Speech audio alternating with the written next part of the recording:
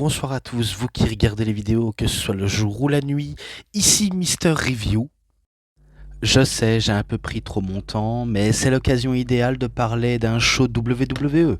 Donc oui, donc le show auquel on va parler aujourd'hui, c'est tout simplement WWE World Wrestling Entertainment Clash in Italy à Turin, tout simplement en Italie, et auquel c'est l'occasion idéale d'en parler tout simplement. Alors, un show qui paraît, ma foi, assez mitigé, vu comment il y a des avis divers. Il y en a qui ils ont apprécié le show, d'autres qui l'ont critiqué. Donc ça se joue up and bar pour ce show de Clash in Italy. Je sais qu'il y avait également un show de la WWE AAA auquel ça s'intitule Noche The Los de Grande, il me semble, auquel on a eu deux affrontements entre deux El Grande Americano, un original et celui qui a pris la relève, et auquel c'était très cool ce match-là. J'en parlerai dès que bien sûr j'aurai toutes les informations nécessaires, parce que là je préfère encore patienter un tout petit peu, donc juste un tout petit peu. Et du coup, voilà, parlons-en du show et du premier match de la soirée. Et le premier match de la soirée, c'est tout simplement match pour le titre du monde, enfin pas le titre du monde, le titre de la WWE, pardonnez-moi, parce que là je me suis un peu trompé, donc c'est bel et bien pour le titre incontesté de WWE, entre The American Nightmare Cody Rhodes contre der Ring General Gunther, et auquel le match, c'est pas forcément l'un des meilleurs matchs des deux, en tout cas. Je veux dire, il y avait des bons petits trucs, on va pas se mentir, mais est-ce que c'était un excellent opener? Disons, ça s'est enchaîné tellement vite que forcément j'en avais peu à faire de ce match, même si on a eu pas mal d'échanges, des Cody Cutter, des Crossroads, des Powerbombs, des Sleeper Hold, et j'en passe de d'autres qu'il y a eu dans le match.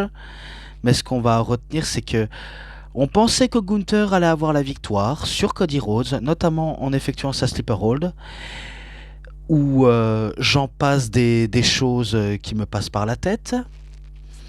Mais en fin de compte, il va y avoir retournement de situation quand c'est Cody Rhodes qui va tout simplement prendre l'avantage et de effectuer un Cody Cutter sur Gunther, et qui va effectuer le Crossroads. Et en effectuant le Crossroads, certes, il y a le pin, mais le pied de Gunther était en dessous de la première corde, et du coup l'arbitre ne voit pas, et je pense que Cody Rhodes a eu la lucidité de lever la jambe pour tout simplement que l'arbitre valide le tombé, le compte de 3. Et c'est grâce à cela comment Cody Rhodes devient toujours encore champion incontesté de la WWE. Et auquel, certes, ça fait un peu controverse suite à cette victoire.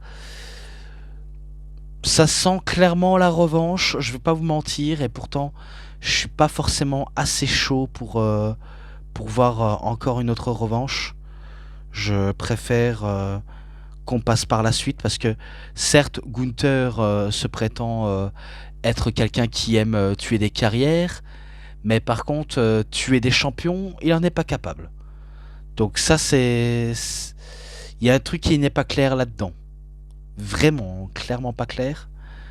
Et du coup, j'en reste sur ma fin, victoire de Cody, et je passe à la suite.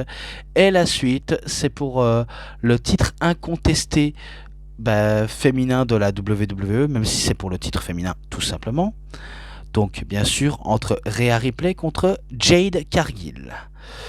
Et oui, alors le match aussi, j'en avais que peu à faire de cet affrontement-là, en sachant que on sait toute l'histoire, que bien sûr forcément on sait que Rhea Ripley a gagné le titre face à Jade Cargill, et que par la suite lors d'un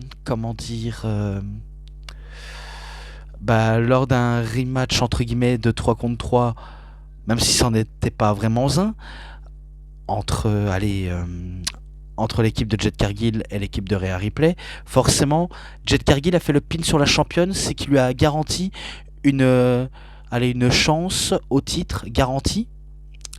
Et par la suite, qu'est-ce que vous voulez que je dise si ce n'est que elle a mérité sa place pour encore retenter sa chance. Et est-ce que ça va forcément lui réussir pour Jet Cargill? Sans trop faire tarder, spoiler, non. Clairement non. Et auquel je vais vous expliquer pourquoi. Alors tout d'abord, dans les matchs, pas besoin de trop à dire. Ça a eu ce que ça avait eu. Même si on va retenir dans ce match-là que à l'instant T, je trouve que Jet Cargill n'était pas forcément dans le match pour des raisons auxquelles il me semble que qu'il s'est passé un truc dans le match auquel je peux pas trop vous l'expliquer. Est-ce que ça a un rapport avec une commotion cérébrale ou un truc du genre? Parce que je vais pas vous mentir, dans cet instant du match, on s'est dit c'est dingue comment elle est perdue dans le match, Jet Cargill, car non seulement elle se fait malmener par la championne, elle se fait balader par Rhea Ripley. Elle a que des phases de domination, mais par les phases de domination, c'est pas forcément trop intéressant, bizarrement. Et auquel je me dis, ah là là, ce match féminin n'était pas forcément à la hauteur des attentes en fin de compte. Bon après, quoi d'un bon match d'avoir des interventions de Michin Miyahim et de Bifab. Lorsque cette dernière est en danger, donc je parle bien sûr de Jet Cargill, elle subit un reptile. T'as cette pouilleuse de Bifab qui a failli... Enfin, qui a failli... Non, qu'elle a botché justement. Au lieu de prendre la jambe de Jet Cargill, elle n'est pas arrivée à temps pour la mettre sur la troisième corde. Enfin, la troisième corde. La première corde, pardonnez-moi. Oui, désolé si je fais des fautes, pardonnez-moi. Donc, même ça foire totalement. Puis après, il y a un renfort et c'est Charlotte Flair qui va tout simplement faire un double crossbody sur... Michin, enfin machin et bifaible, que j'ai envie de dire.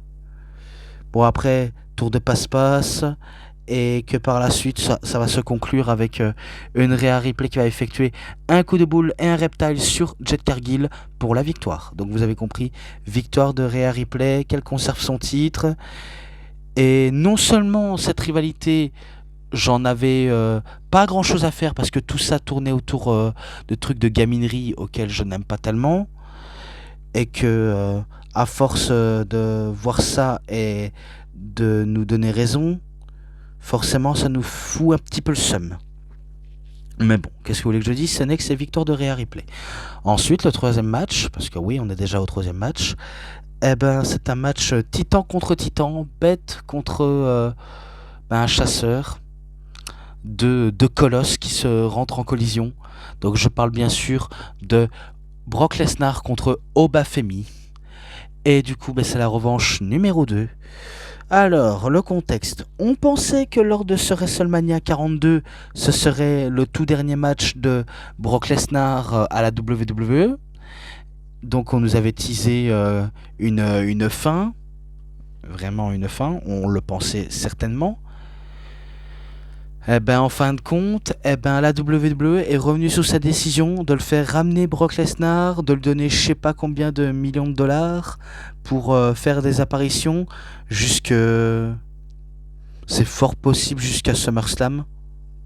Parce que je me dis tout simplement que c'est fort évident qu'il va avoir la belle. C'est certain.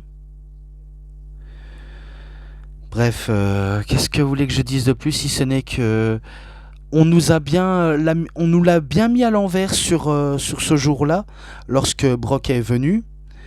Et par la suite, s'en est suivi des trucs, ok, s'en est suivi dans les semaines qui précisent, jusqu'à ce que ça arrive au match, donc dans le match entre Oba et Brock, lors de l'affrontement numéro 2. Et du coup, voilà comment les deux rentrent une nouvelle fois en collision. Et ce qui est sûr, c'est que Ils ont eu une ovation de ouf, donc je parle bien sûr de Brock et de Oba. Et vu de ça, on aurait dit que c'est quasiment ben, l'un des shows de l'année, enfin l'un des matchs de l'année, vu comment l'ambiance que ça est. Mais il faut pas trop s'emballer trop vite, hein, clairement, car on sait que les deux se raffrontent une nouvelle fois, à tel point que, si je me trompe pas, Paul Heyman va nous le survendre en parlant en italien, en disant Assassino for the Soverno. Donc il me semble que ça voulait bien dire l'assassin du souverain. Donc Brock Lesnar, puis Obafemi qui se fait appeler le rouleur, donc le souverain. À peine le match qui s'annonce que Brock ne perd pas de temps. Il attaque directement Obafemi, effectue un F5, un deuxième, un troisième, un quatrième, puis il tente de tomber. C'est uniquement en compte de deux. Donc ce qui est sûr, c'est que Obafemi, il a senti passer face à ce F5, mais il ne perd pas pour autant. Donc encore heureux qu'il n'a pas été enterré de sitôt. Parce que moi, je ne garantis pas un enterrement gratuit pour Obafemi, ce serait du sabotage volontaire. Même s'il y aurait de X ou Y raison, je ne veux rien savoir. Pour moi, bah, faut pas trop forcément enterrer les gens trop tôt et trop vite. Bon, après, bien sûr, bah, il se fait dominer, Obafemi, notamment avec une Kimura Lock. Puis, par la suite, c'est Oba qui revient tant bien que mal pour atomiser Brock Lesnar. Même si, lors du Chokeslam, il avait un tout petit peu botché, mais au moins ça passe.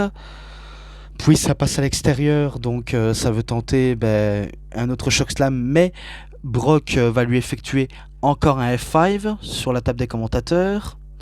Et là, ben, on pensait que au compte de 10, ben, Obafemi n'allait pas venir.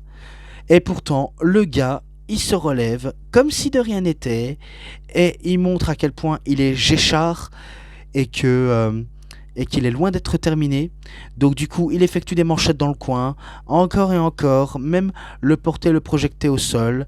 Donc ce qui est sûr, c'est que il va tout simplement effectuer sa Band for Grace Powerbomb, ou alors le Say Down Liger Powerbomb, auquel il va effectuer, mais Brock Lesnar va tout simplement comment dire... pas la subir, il va pas la subir cette powerbomb.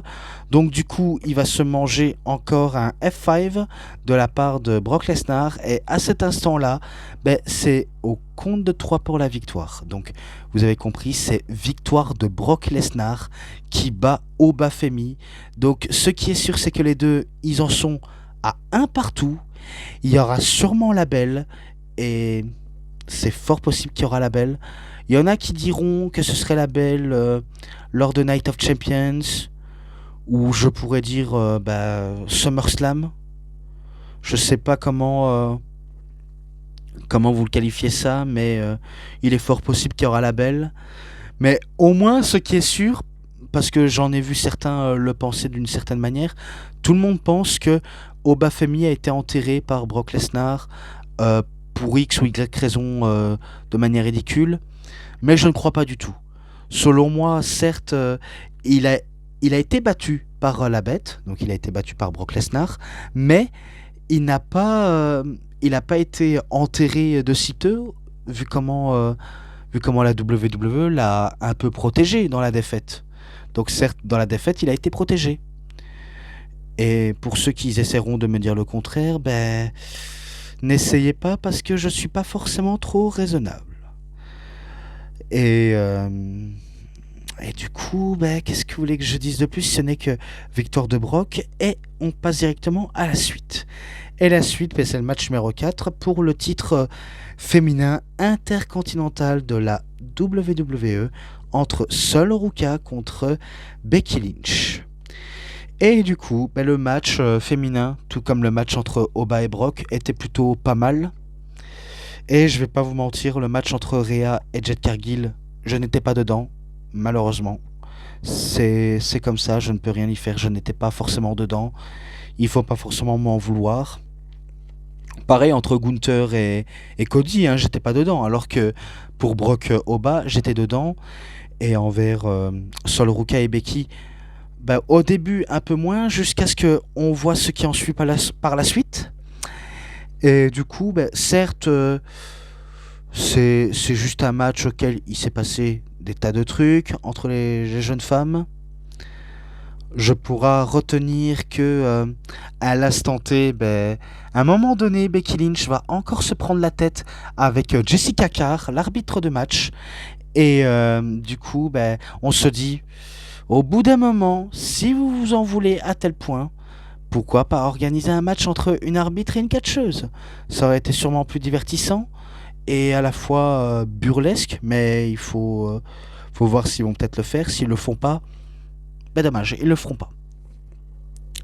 Enfin, je dis ça, mais on ne sait jamais. On ne sait jamais.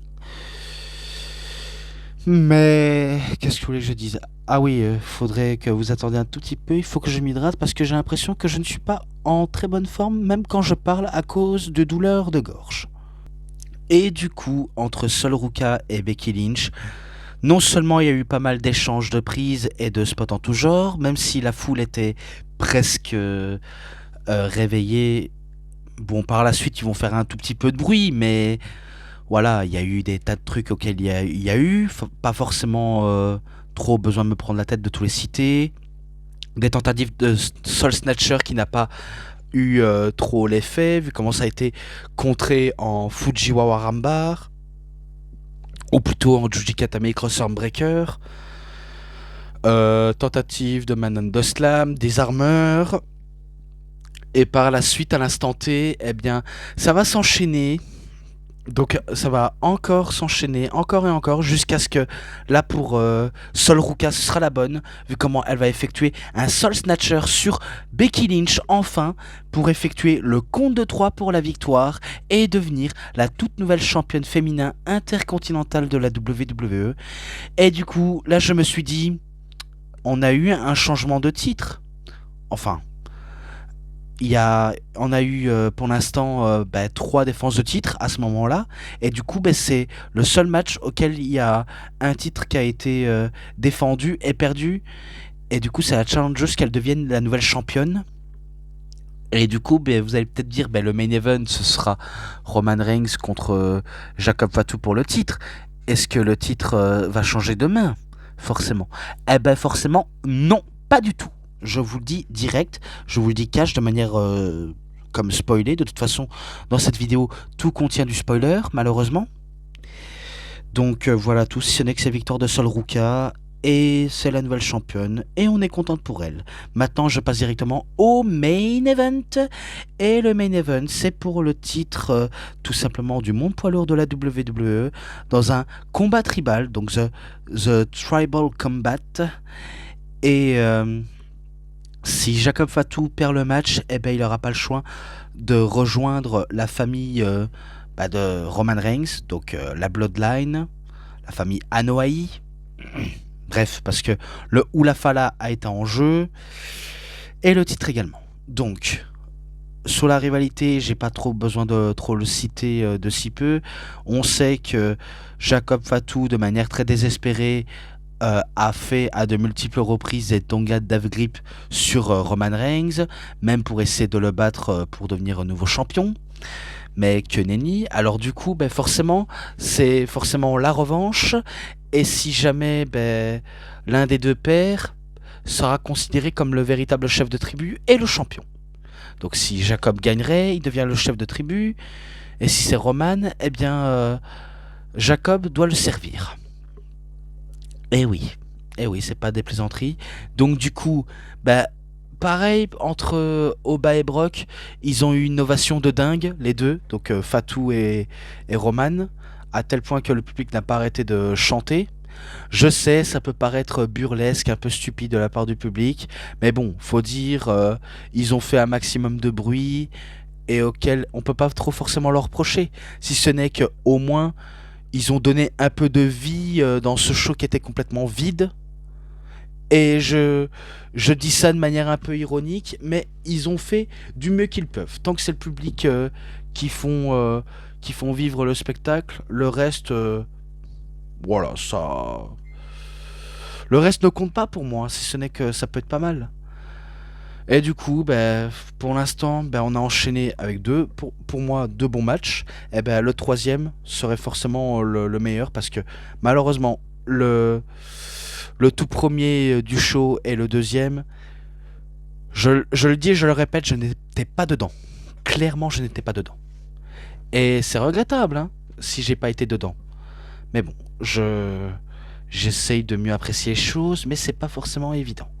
Si ce n'est que dans le match, bah, une bonne bagarre de Samoan. Honnêtement, c'était une bonne bagarre entre les deux. Si ce n'est que il y a eu des affrontements dans le ring, à l'extérieur, même dans le public. J'aurais tellement voulu qu'ils iront loin dans la violence, même à travers le public italien, en sachant qu'il faut donner au public italien ce qu'il désire.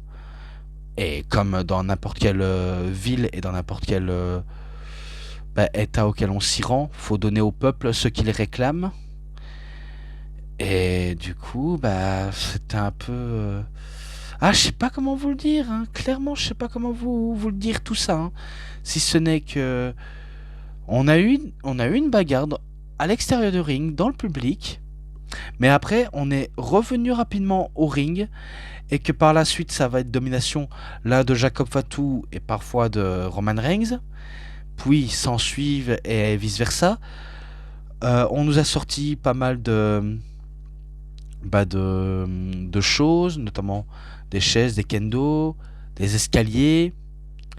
Et en fin de compte, même la caisse à outils va être utilisée. Et du coup, ça va être Roman Reigns qui va tout simplement capitaliser pour blesser la main de Jacob Fatu pour plus qu'il fasse son Tonga Death Grip, donc la fameuse griffe en étranglement, auquel il a bien fait de capitaliser dessus. Alors du coup, on pourrait se dire, là, c'est le seul moyen d'exploiter la blessure de Jacob Fatu sous la main, pour éviter qu'il utilise sa Tonga Death Grip. Et du coup, c'était pas forcément bête, hein. Il fallait juste travailler un peu dessus pour que par la suite, on a pas mal d'échanges, même si ça va être Roman Reigns qui va avoir le dessus. Puis, ensuite, qu'est-ce que je pourrais en rajouter de plus? Si ce n'est qu'on a on a eu des Superman Punch, des Spears, des Pop-Up Samoan Drop, et, et également d'autres prises auxquelles ça en est suivi. Des Best Moonsault Ever, des Spears qui ne passent pas, et parfois même l'inverse, oui, quasiment l'inverse, entre Jacob et Roman. Et pourtant, Roman va faire toute la différence, hein. Il va punir Jacob Fatu, même à arracher les trois coins de protection du ring pour effectuer des attaques dans le coin, et également une table qui était en préparation dans le coin opposé, et que par la suite, oui, exactement par la suite, Roman voulait effectuer son spear à travers la table, mais il se fait calmer par Jacob Fatu, qui par la suite va enchaîner sa fameuse prise, et enfin, jusqu'à ce que Roman prenne conscience et qui évite à tout prix le Tonga Death Grip, qui va effectuer un énorme coup à Jacob Fatu, qui va prendre la tête de Jacob Fatu dans le coin non protégé du ring, et du coup il va lui asséner des coups dans le coin, puis après un spear à travers la table, et enfin un spear gagnant pour la victoire. Donc vous avez bien compris, c'est toujours champion que Roman Reigns conserve son titre et qui gagne la victoire, tout simplement. Donc là, on va pas se mentir, Jacob Fatu n'aura pas le choix de reconnaître son chef de tribu, et qu'il en soit ainsi. Donc tout simplement, c'est victoire de Roman Reigns, et ce show se conclut là-dessus. Même si je pensais qu'ils allaient nous donner la décision de dire oui, je reconnais mon chef de tribu, eh ben non, il faudra attendre lors de l'épisode d'Euro pour voir la suite. Et du coup, je me dis, zut, on s'attendait à maintenant, finalement pas du tout. Même s'il y avait les MFT, donc équipe de Solo Sikoa, Tamatonga et Talatonga qui étaient présents. C'est comme si on nous teasait une réunion de famille en direct pour nous teaser comme quoi on va avoir un renouveau de l'équipe. Et là, je me dis, Vous êtes pas sérieux? J'espère que ça va pas forcément se le faire parce que je sais pas comment vous le décrire, mais à tel point que je pense pas que ce serait une très bonne idée, malheureusement. Donc, certes, ce show était assez mitigé. Même si c'est Roman Reigns qui clôture le show, au moins ce qui est sûr, c'est que le show a été plutôt mitigé. D'autres ont aimé, d'autres l'ont pas forcément aimé. Du coup, ben, je veux pas dire que j'ai craché sur ce show. Disons qu'il y avait des trucs qui m'ont un petit peu plu et d'autres moins plu. Je reste totalement indifférent, hein. Je vais pas commencer à cracher ma haine sur le show en soi, puisque pour moi ça ne sert plus du tout à rien de trop cracher dessus. Donc pour moi je décide de m'arrêter là. Et du coup ben, j'espère que cette review vous a énormément bien plu. Et ben maintenant je vous laisse. Merci bien à tous. Voilà, la vidéo touche à sa fin. Et avant de vous laisser, n'oubliez pas de me suivre sur les réseaux sociaux. Donc, bien sûr, mes réseaux sociaux sont bien sûr mon Instagram et également mon thread lié avec Instagram. Et surtout, mon Discord si vous voulez parler de plus de catch ou d'autres choses qui vous passent par la tête. Et voilà comment je conclurai cette vidéo en disant c'est tout pour cette vidéo de review. C'était Mister Review. J'espère que vous avez vraiment aimé cette vidéo de review. Et comme d'habitude, si vous avez aimé cette vidéo, vous savez ce qu'il vous reste à faire. Likez la vidéo, commentez, partagez, abonnez-vous à ma chaîne, donc DVD Pro Catch / Mister Review, et cliquez sur la petite cloche pour avoir plus des notifications et des prochaines vidéos. Et moi, comme d'habitude, je vous dis bonne journée, bonne soirée à tous. Au revoir tout le monde pour une prochaine vidéo de review. A plus à tous les fans de catch. Allez, bye bye tout le monde, et surtout, vive le catch!